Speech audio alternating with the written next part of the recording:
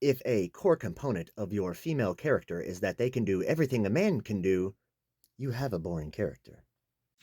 Now, I know I'm going to catch hell for that, especially since I'm not a woman, but I am ready, willing, and able to die on this hill. If you have a character that you are trying to promote to like a strong lead, and a massive component of that character, what makes them interesting, is that they're just like a man, it's cheap cop out. It's not even good pandering, it's weak pandering. And it really detracts from what the character could be.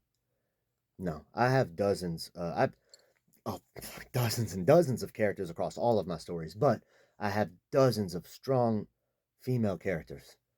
You know, women who are perfectly capable of everything the men are capable of and are just as pivotal in the role that they're playing. However, it is never because they can do what a man can do.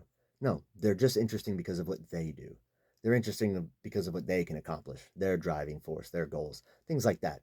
I feel like if you are making a character that is like your lead character and you only want to build them up and your motivation is men, you've undermined trying to make a strong female character because all of its motivations, all of the books, not the character, all of her motivations are still driven by men. And that's if that's the aim you're shooting for, I feel like you missed the mark.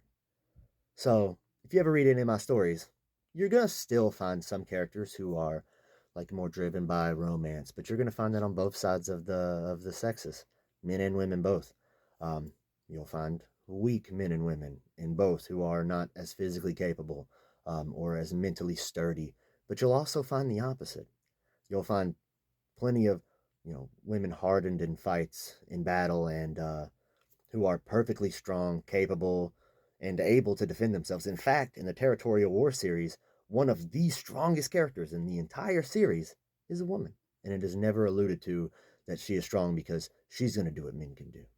No, it's only there. She's only strong because she's strong, because that's just what she is.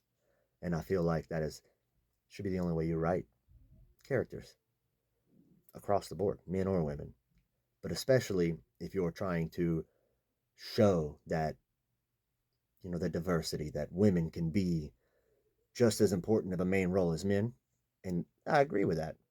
But that shouldn't be at the forefront. So, just fruit for thought, in my opinion. I'm sure I'm going to get absolutely flamed in the comments. And so be it. Y'all have a good one.